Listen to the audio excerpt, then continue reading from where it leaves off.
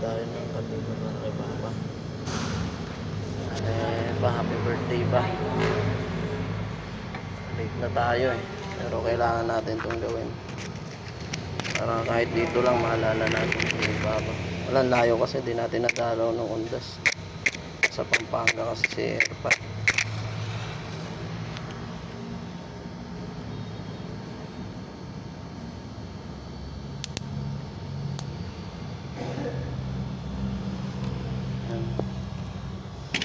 Happy birthday pa.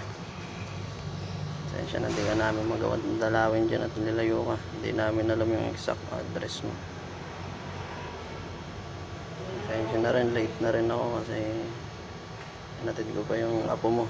Tapos may dinaanan pa ako para sa future ng mga apo mo.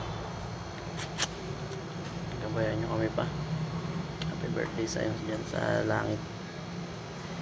Ano bahala sa mga apo mo. Sayang hindi mo naabutan yung dalawa kong pangapo.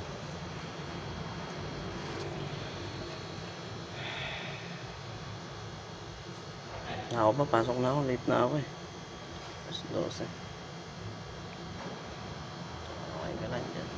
Okay lang kami rito. So yun, ako pa. Happy birthday po ulit. Love you.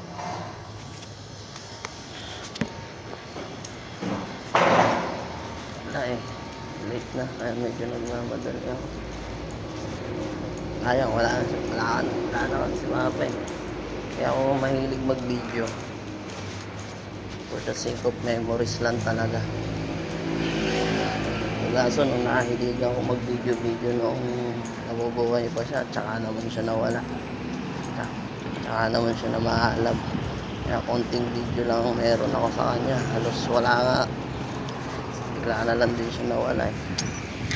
Ako, late na ako. Pero yun nga pa, happy birthday. Badyo na ako.